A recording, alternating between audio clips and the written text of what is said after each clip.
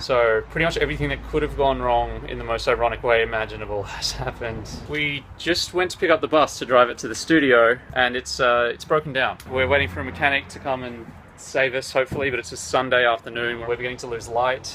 Things are going just about as worst case scenario as you could expect. So, yay.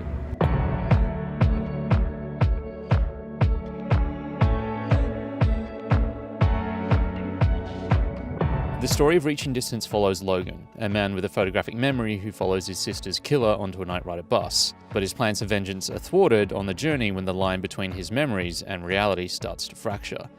So to make the film, we knew that we'd have to get our hands on a bus and also be able to completely trash it. So our only option was to buy one.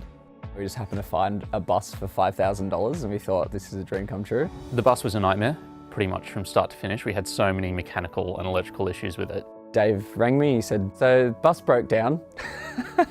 Can you scramble and try to find a mechanic?" We got it working, we got it up and running, we eventually got it to the studio. Laura, our amazing production designer, spent a lot of time making the bus feel lived in. They sourced a bunch of street artists. The first round of them were completely insane and trashed it. So she managed to find another artist who came in and was much more kind of on brief in terms of keeping our colour palette and making sure that we had the bus looking exactly the way that we needed.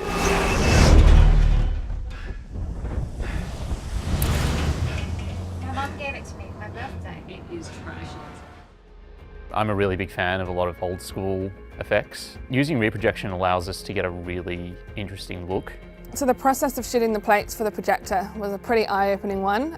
We didn't have any back seats in the back of the ute and we strapped the cameras with bungee ropes, and then Goldie and I drove up and down one of Sydney's busy streets. We just had to drive ridiculously slowly, time and time again.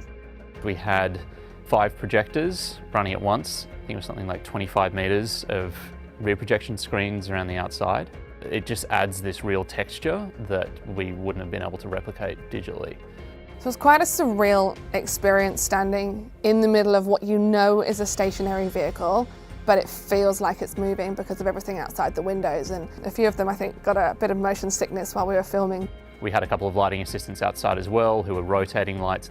So there was a lot of additional elements that went in to feel like there were cars passing outside. And once you combined all of those elements together, you ended up with something that both felt stylized but also did sell once you had sound effects and everything else underneath it.